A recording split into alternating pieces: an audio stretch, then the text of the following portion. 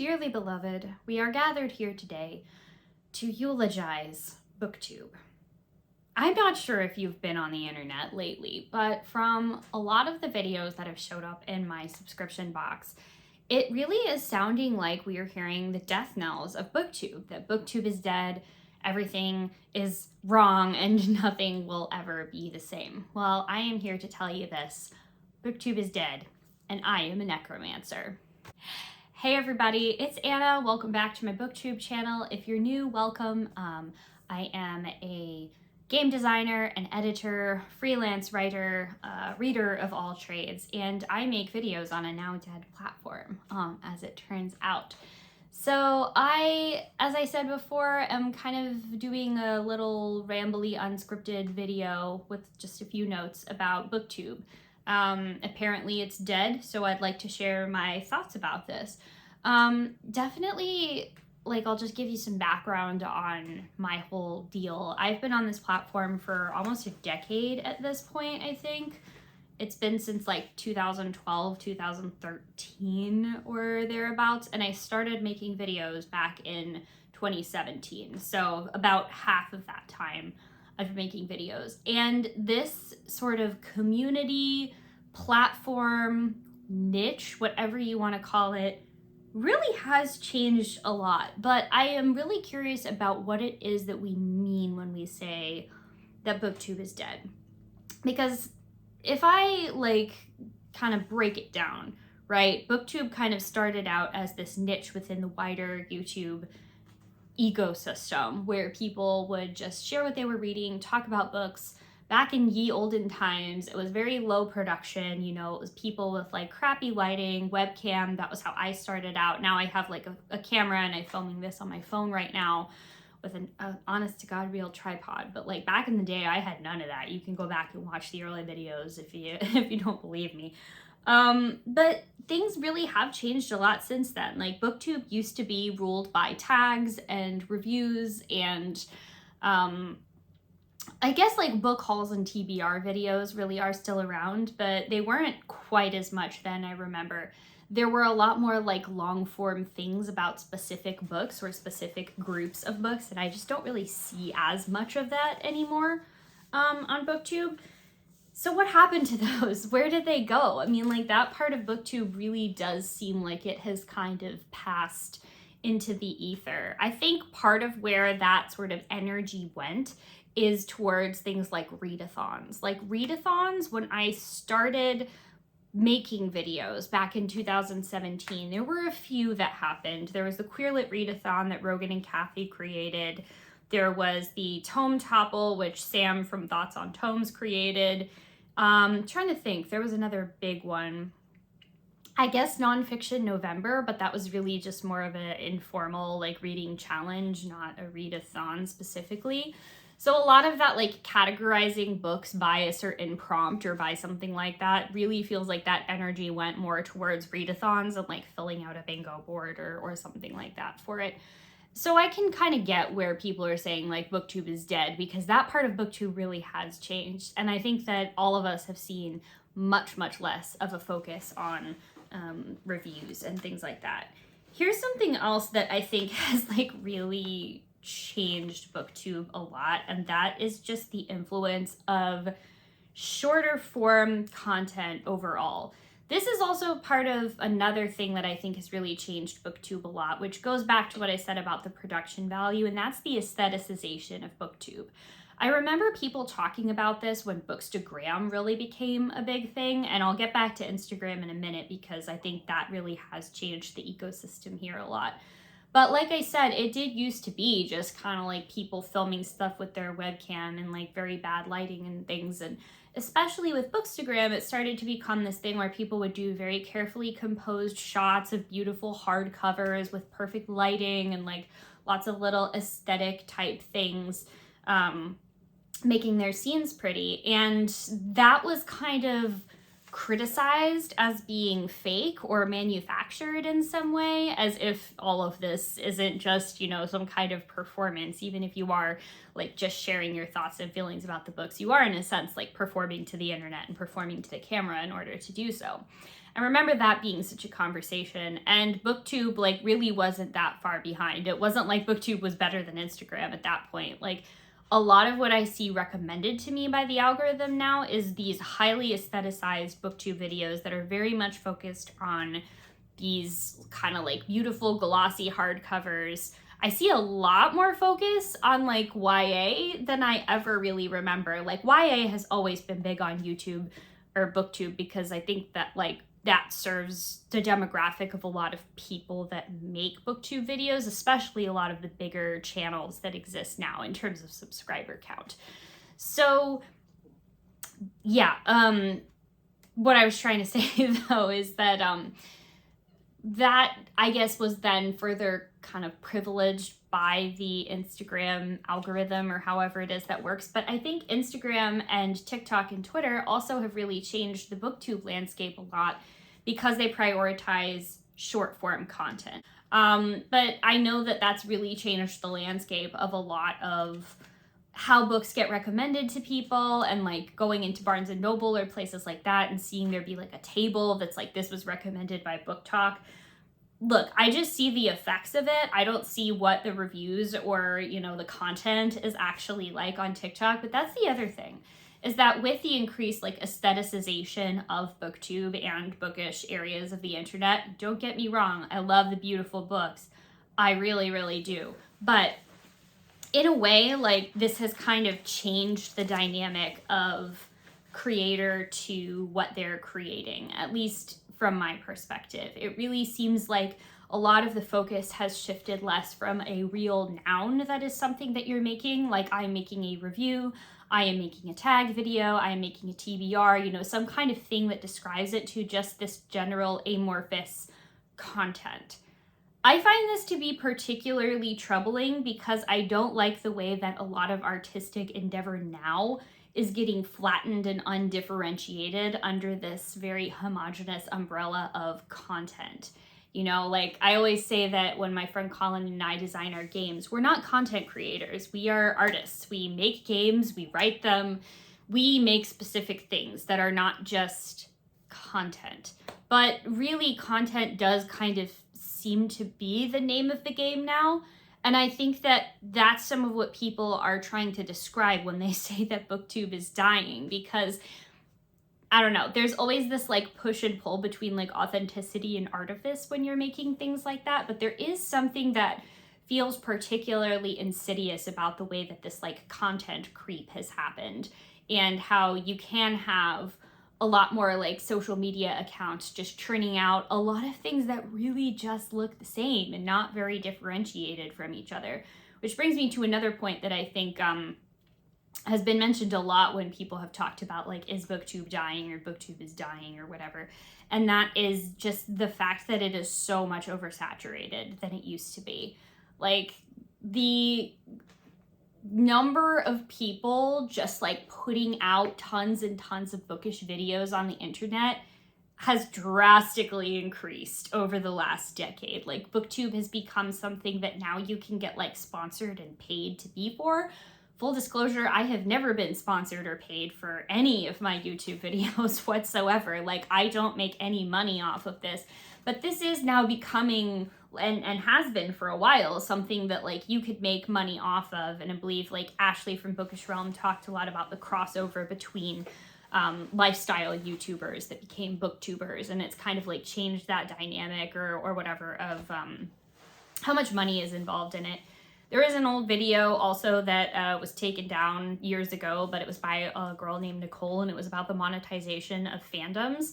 And honestly, like, as the book world has turned into kind of a fandom in a way, it's seeing a lot of the same pitfalls of monetization that other fandoms have, just in the way that it also really just homogenizes everything. There's not as much room for creativity and individual expression to be as visible in the public eye. That's not to say that there aren't really great booktubers out there making really smart, intelligent, thoughtful, and creative videos. But because of the way the algorithm works, and it does seem to work in very mysterious and inexplicable ways, you don't get recommended those people as much. You get recommended things that do well in terms of numbers, or that make a lot of money for the platform and get eyeballs on the screens. And then because you get recommended that and you watch it, you are just recommended a bunch of other very similar things. That's what I mean when I say, like, I am very troubled by the slow creep of what we are calling content. And I should probably like sit down and really define my terms a lot more. I'll do that in a later video that's like more of an essay and well thought out. But that really does bother me about BookTube, because I know it's very tempting to put on your nostalgia goggles and be like, things were just better in the good old days, but we didn't have content in the same way back then. Everyone talks about early YouTube and early internet really being a lot more like the Wild West, but that's kind of how it was, you know? It was just a lot weirder and stranger, and none of us really knew what we were doing. And now people that know what they're doing are making stuff that's very different from what we used to do back in the day. I don't like how it's become a lot more difficult to find newer booktubers, to find booktubers that have smaller subscriber counts. You know, like my channel is under 1,000 subscribers. I wouldn't say I get recommended booktubers that are under 1,000 subscribers. Like, they don't show up in my feed, even though most of the booktubers that I watch are like relatively smaller channels in terms of subscriber size. So I don't know what's up with that, but that's something that is just kind of annoying to me. And I can understand why, like, you think BookTube is dying if everything just kind of all looks the same.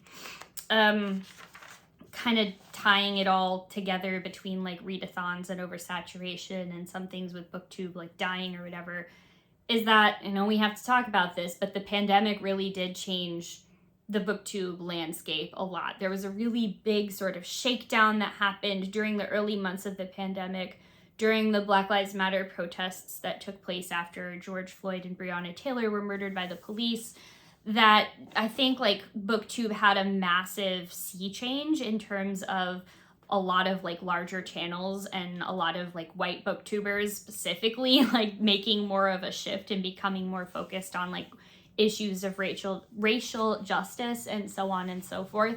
Not to say that that wasn't a going concern on BookTube already, or that there weren't, you know, amazing Black booktubers and booktubers who were otherwise not white out there making good videos about this, but that really just became something that you were a lot more likely to hear talked about by a white booktuber than I think before. And I also know that there were a lot of channels that just kind of fell off of BookTube because of that, because they had like these racist prejudices and attitudes that they weren't really willing to let go of.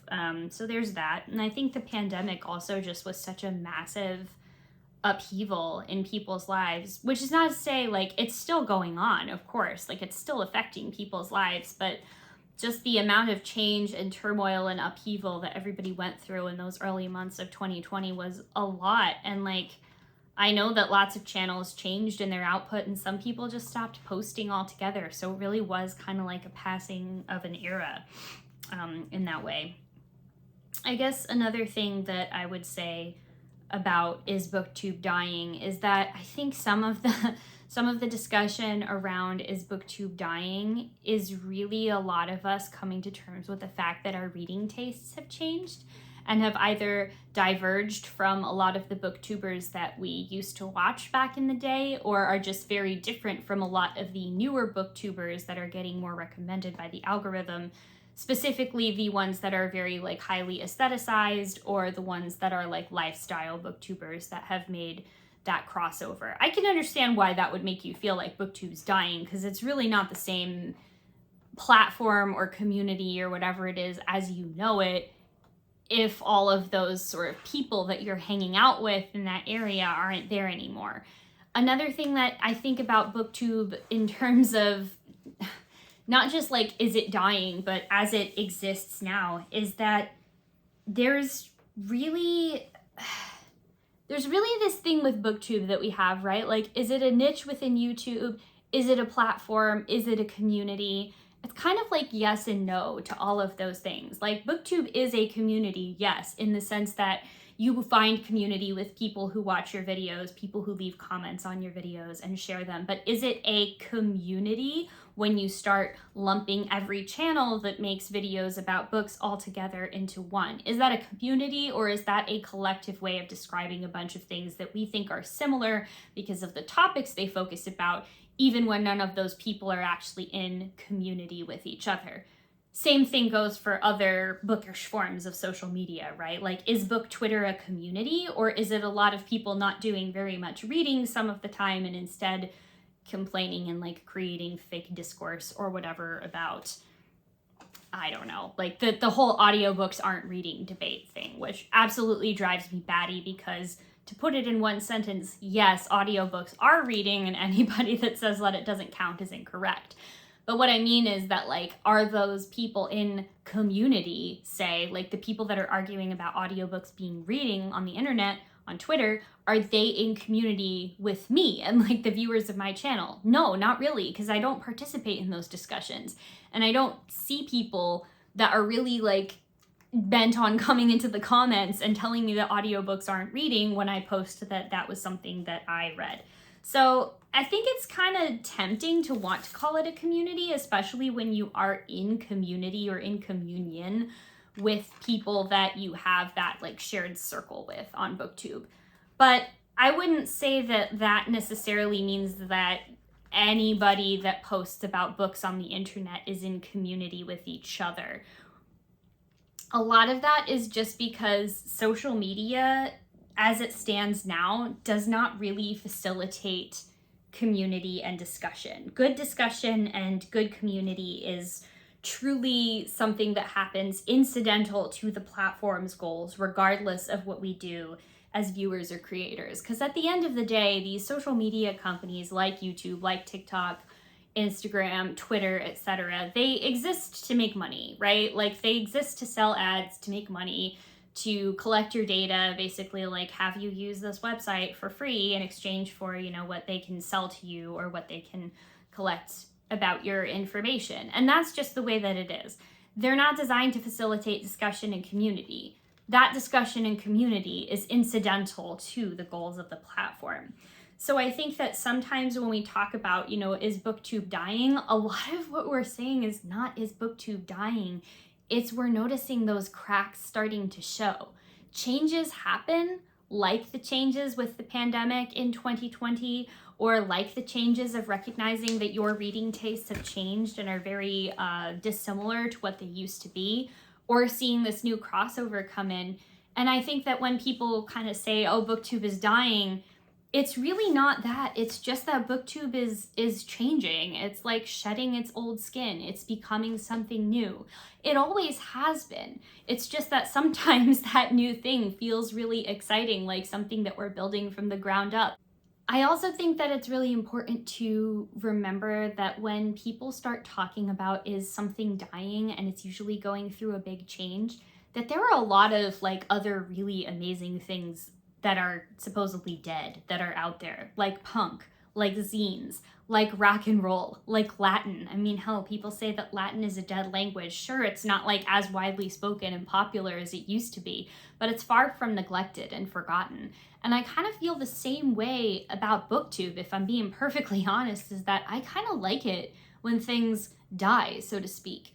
Yes, of course, it is sad when things change, and, you know, like, I definitely miss people that I used to watch early on in the days of BookTube. Like, I miss Ron Litt, I miss Jason Purcell, and it's of course sad when like those things come to an end, and it's natural to mourn those changes when it's something that you care about and that really mattered to you.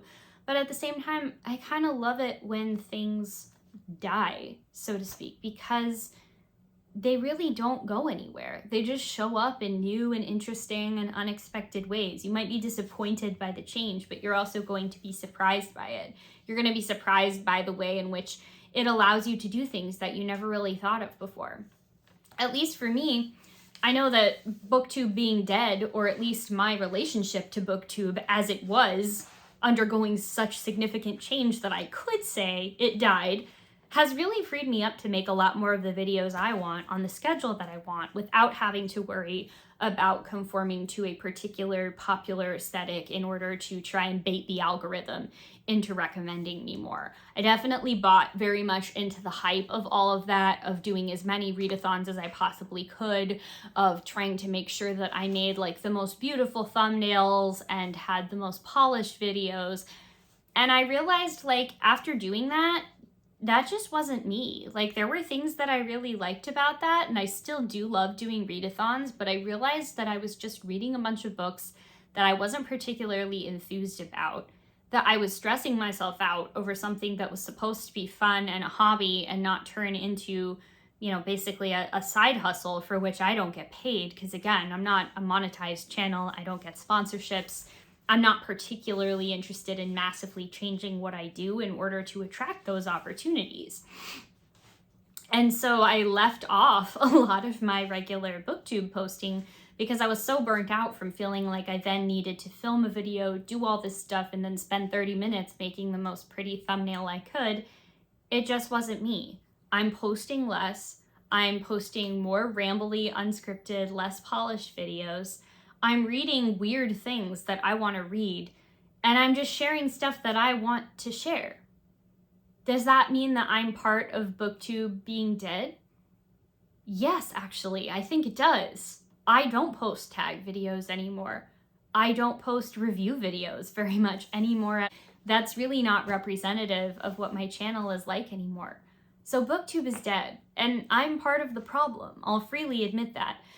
But I'll also say that I am a necromancer, because from the dead corpse of BookTube as she lies in her grave, as she once was, grows new and interesting and exciting opportunities, grows like fertile ground for me to be curious about what this platform still has to offer me as a creative person and as somebody that wants to talk about books on the internet.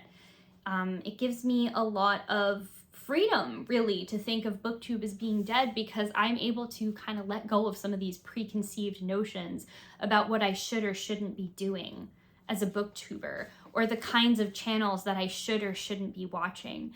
It allows me to make those decisions more in line with the stuff that I care about, that I'm excited to read, and build better community with the people that I like talking with on this platform. So what do you think? Is BookTube dead? Is BookTube dying? What are your thoughts on this? And I'm also curious to know, when you put, answers down in comments, let me know how long you've been involved on this platform, because I have heard some drastically different takes from people that have been on the platform for the same amount of time, and then surprisingly similar takes from people that are very new to BookTube, and then people that are like BookTube OGs, I'm talking like 10 plus years, things like that. So if you like this video and you'd like to see more of what I do, go ahead and subscribe to this channel. That's the best way to get updates every time I post a new video. You can also find out more about my work as a game designer at 6stringgames.com, which is the number 6stringgames.com, and at my own personal website, which is AnnaG-Goldberg.com. So thank you very, very much for watching, y'all, and I will see you in the next video. Bye.